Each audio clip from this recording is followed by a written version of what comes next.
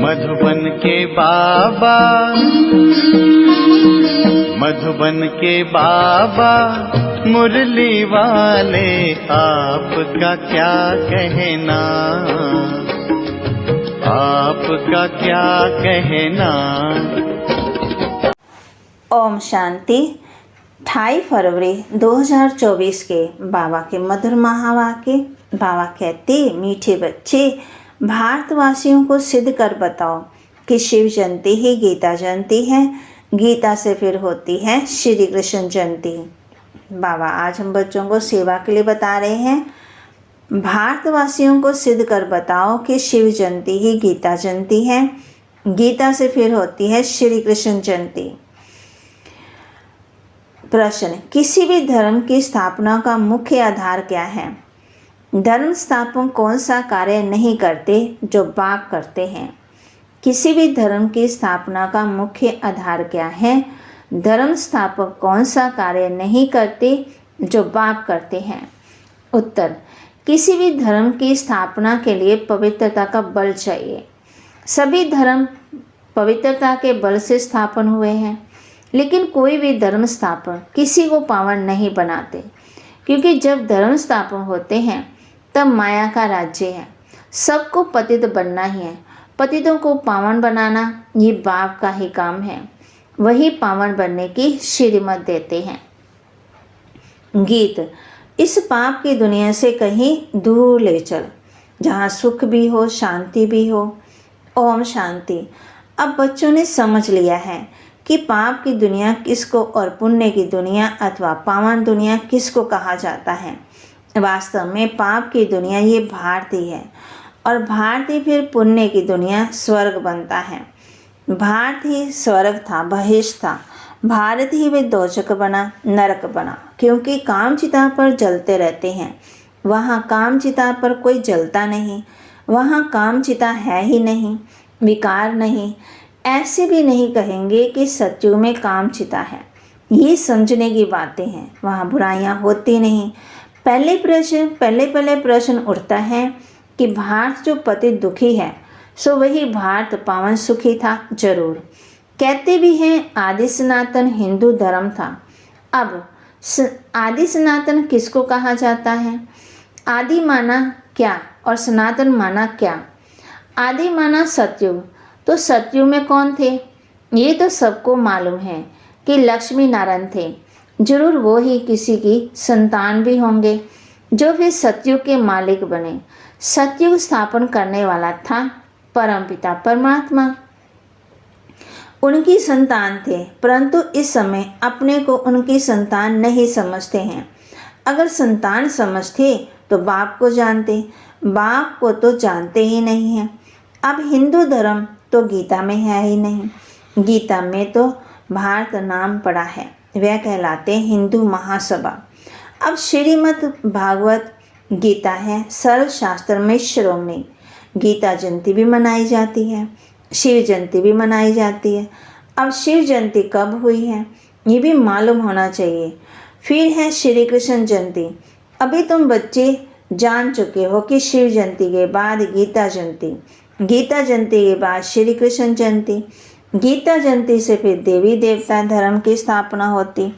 फिर गीता जयंती के साथ महाभारत का भी कनेक्शन है। उसमें फिर आती है युद्ध की बात। दिखाते हैं युद्ध के मैदान में 3 सेनाएं थी, यादव, कौरव और पांडव दिखाते हैं।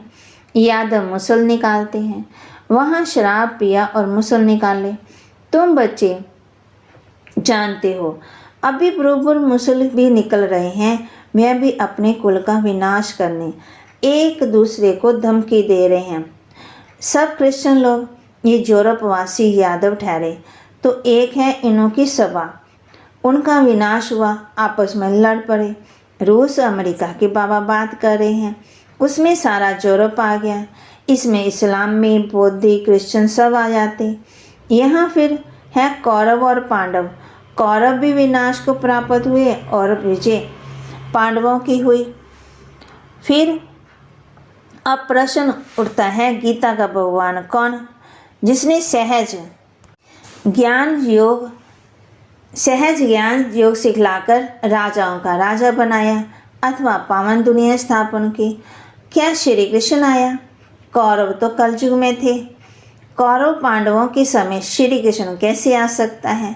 श्री कृष्ण जयंती मनाते हैं। सतयुग आदि में 16 कला, श्री कृष्ण के बाद फिर है त्रेता में 14 कला राम की। श्री कृष्ण तो प्रिंस का प्रिंस है। विकारी प्रिंस लोग श्री कृष्ण को पूछते हैं क्योंकि जानते हैं वह सतयुग का 16 कला संपूर्ण प्रिंस था। हम विकारी हैं। जरूर प्रिंस लोग भी ऐसे ही कहेंगे। अब फिर शिव जयंती भी है। मंदिर भी बड़े से बड़ा उनका ही बना हुआ है। वह है निराकार शिव का मंदिर। उनको ही परमपिता परमात्मा कहेंगे। ब्रह्मा विष्णु शंकर भी देवता ठहरे। आए बाबा, हम बच्चों को कंट्रास्ट बता रहे हैं। शिव जयंती भाट में मनाई जाती है। अब देखो, शिव जयंती आने वाली है। सिद्ध कर समझाना है कि शिव को ही कहा जाता है ज्ञान का सागर, अर्थात सृष्टि को पावन करने वाला परमपिता परमात्मा। गांधी भी गाते थे, श्री कृष्ण का नाम नहीं लेते थे। अब प्रश्न उठता है, शिव जयंती सो गीता जयंती या श्री कृष्ण जयंती सो गीता जयंती। अब श्री कृष्ण जयंती तो सचु में कहेंगे। शिव की जयंती कब हुई थी? किसी को पता ही नहीं है कि परमात्मा कब आए। शिव तो है निराकार परमपिता परमात्मा। उसने सृष्टि रची संगम पर।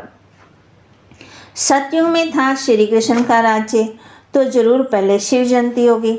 बच्चे जो ब्राह्मण कुल भूषण सर्विस में तत्पर रहते हैं, उनको ये बातें बुद्धि में लानी हैं कि भारतवासियों को कैसे सिद्ध कर बताएं कि शिव जयंती सो गीता जयंती, फिर गीता से होती श्री कृष्ण जयंती अथवा राजाओं का राजा की जयंती। श्री कृष्ण है पावन दुनिया का राजा। वहाँ तो है राजाई।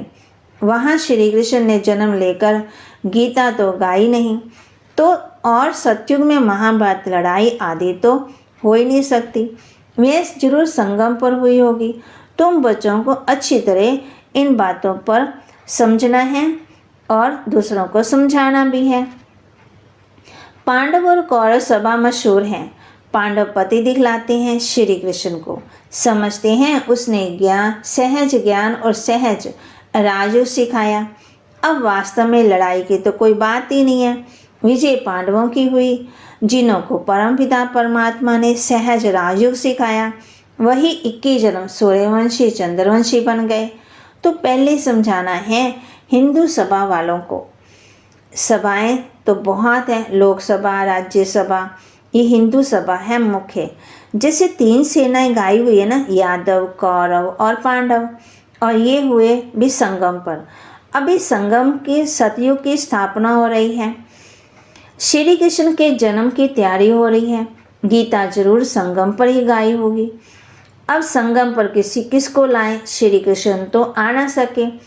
उनको क्या पड़ी है जो पावन दुनिया छोड़ पति दुनिया में आए, और श्री कृष्ण तो है भी नहीं, तुम जानते हो। अब वह 84 जन्म में वही। कहीं लोग फिर समझते हैं कि श्री कृष्ण हाजरा हजूर हैं, सर्वव्यापी हैं। श्री कृष्ण के भक्त कहेंगे ये सब कृष्ण ही कृष्ण हैं। श्री कृष्ण ये सब रूप के धरे हैं, अनेक रूप रखते हैं। राधे पंथी होंगे, वह कहेंगे राधे ही राधे, हम भी राधे तुम भी राधे। अनेक मतन निकल पड़ी है ना। कोई कहे ईश्वर सर्वव्यापी है, कोई कहे श्री कृष्ण सर्वव्यापी है, कोई कहे राधे सर्वव्यापी है। अब बाप तुम बच्चों को समझाते हैं, वह बाप वर्ल्ड ऑलमाइटी अथॉरिटी है। तो अब तुम बच्चों को भी अथॉरिटी दे रहे हैं कि कैसे इन सबको समझाएं। हिंदू महासभा वालों को समझाओ, वे इन बातों को समझ सकेंगे। वे अपने को रिलीजियस माइंडेड मानते हैं। गवर्नमेंट तो कोई भी धर्म वाले को मानती नहीं, वे खुद ही मूंझ पड़े हैं।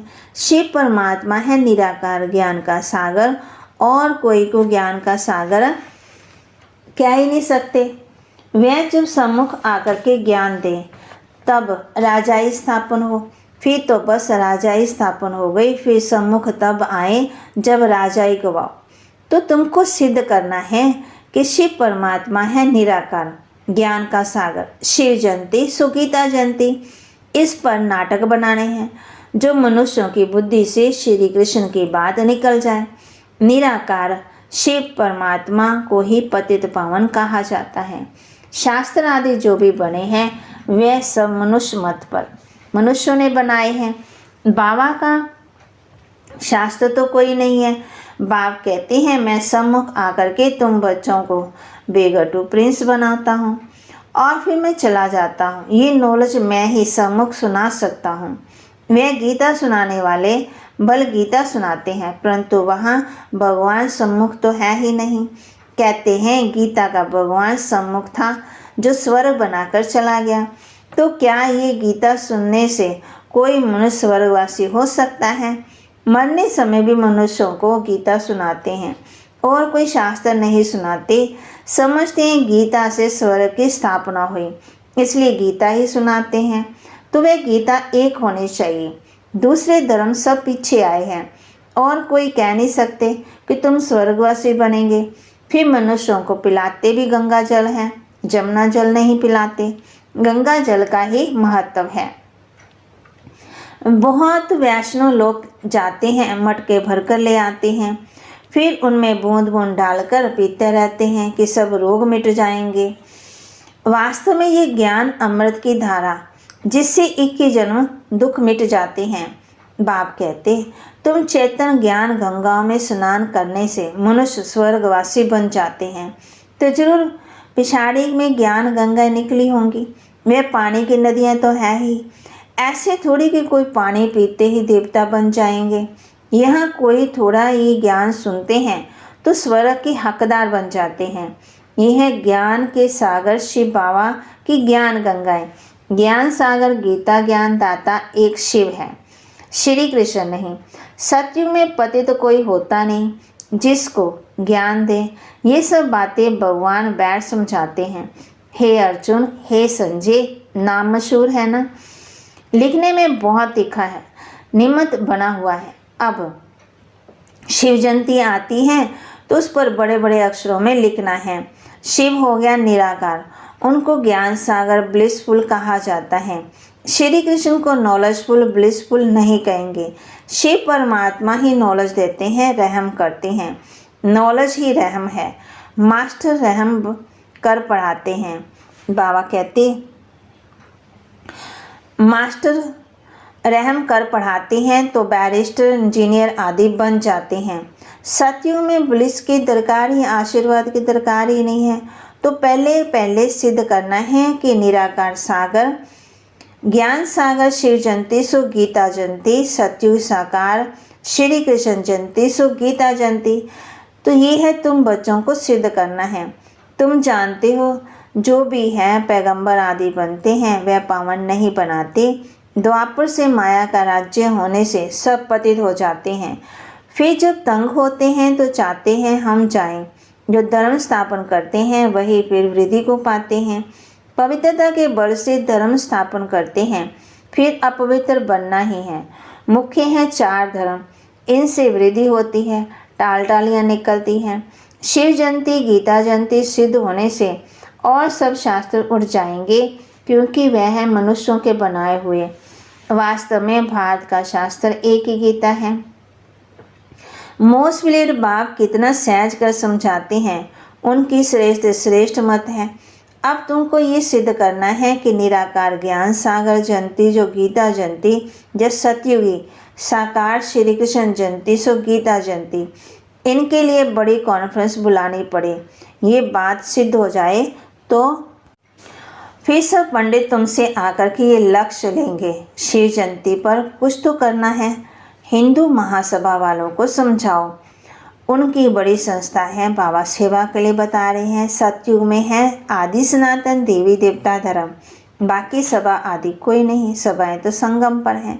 पहले तो सिद्ध करना है कि वास्तव में आदि सनातन सभा है ये ब्राह्मणों की, पांडवों की। पांडवों ने ही विजय पाई जो फिर स्वर्गवासी हुए। अब तो कोई आदि सनातन देवी देवताओं की सभा कह न सके, देवताओं की सभा नहीं कहेंगे। कल्प के संगम पर ये सभाएं थी, उनमें भी एक ही थी पांडव सभा। जिसको आदि सनातन ब्राह्मणों की सभा कहेंगे, ये कोई नहीं जानते। श्री कृष्ण के नाम से ब्राह्मण है ही नहीं। ब्राह्मणों की चोटी ब्रह्मा के नाम से है। ब्रह्मा के नाम से तुम ब्राह्मण सभा कहेंगे। ये बातें समझाने वाला भी बुद्धिवान चाहिए। इसमें ज्ञान की प्रकाष्ठा चाहिए। निराकार शिव की गीता ज्ञानदाता, दिव्य चक्षु विदाता, ये सब धारण कर फिर कॉन्फ्रेंस बुलाते हैं। जो समझते हम सिद्ध कर बता सकेंगे उनको आपस में मिलना चाहिए। लड़ाई के मैदान में मैसेंजर, कमांडर सब आदि सभा होती है। यहाँ कमांडर महारथी को कहा जाता है। बाबा क्रिएटर डायरेक्टर है, स्वर की रचना करते हैं, फिर डायरेक्शन देते हैं। महासभा बनाओ, फिर इस बात को उठाओ। गीता का भगवान सिद्ध होने से फिर सब समझेंगे कि उनसे योग लगाना चाहिए। बाबा कहते हैं, मैं गाइड बनकर आया हूँ, तुम उड़ने लायक तो बनो। माया ने पंख तोड़ डाले हैं। योग लगाने से तुम्हारी आत्मा पवित्र हो जाएगी और उड़ेंगे। अच्छा, मीठे मीठे सिकिलदे बच्चों प्रति माता पिता बाप दादा का याद प्यार और गुड मॉर्निंग। रूहानी बाप की रूहानी बच्चों को नमस्ते। रूहानी बच्चों की रूहानी बाप दादा को दिलवा जान सिकवा प्रेम से नमस्ते। धारणा के लिए मुख्य सार। ज्ञान अमृत धारा से सबको निरोगी व स्वर्गवासी बनाने की सेवा करनी है। मनुष्यों को देवता बनाना है। बासमान मास्टर नॉलेजफुल बनना है। ज्ञान अमृत धारा से सबको निरोगी व स्वर्गवासी बनाने की सेवा करनी है। मनुष्यों को देवता बनाना है। बासमान मास्टर रहमदिल बनना है। ज्ञान की प्रकाष्ठा से बुद्धिवान बन शिव जयंती पर सिद्ध करना है कि शिव जयंती ही गीता जयंती है। गीता ज्ञान से श्री कृष्ण का जन्म होता है। ज्ञान की प्रकाष्ठा से बुद्धिवान बन शिव जयंती पर सिद्ध करना है कि शिव जयंती ही गीता जयंती है। गीता ज्ञान से ही श्री कृष्ण का जन्म होता है। वरदान। दिनचर्या के हर कर्म में यथार्थ और युक्ति युक्त चलने वाले पूज्य पवित्र आत्मा भव। दिनचर्या के हर कर्म में यथार्थ और युक्ति युक्त चलने वाले पूज्य पवित्र आत्मा भव। पूज्य पवित्र आत्मा की निशानी है उनका हर संकल्प, बोल, कर्म और स्वपन यथार्थ अर्थात युक्ति युक्त होगा। हर संकल्प में अर्थ होगा। ऐसे नहीं कि ऐसे ही बोल दिया, निकल गया, कर लिया, हो गया। पवित्र आत्मा सदा दिनचर्या के हर कर्म में यथार्थ युक्ति युक्त रहती है। इसलिए पूजा भी उनके हर कर्म की होती है, अर्थात पूरे दिनचर्या की होती है। उठने से लेकर सोने तक बिन बिन कर्म के दर्शन होते हैं। स्लोगन। सूर्यवंशी बनना है तो सदा विजयी और एक रस स्थिति बनाओ। सूर्यवंशी बनना है तो सदा विजयी और एक रस स्थिति बनाओ। ओम शांति।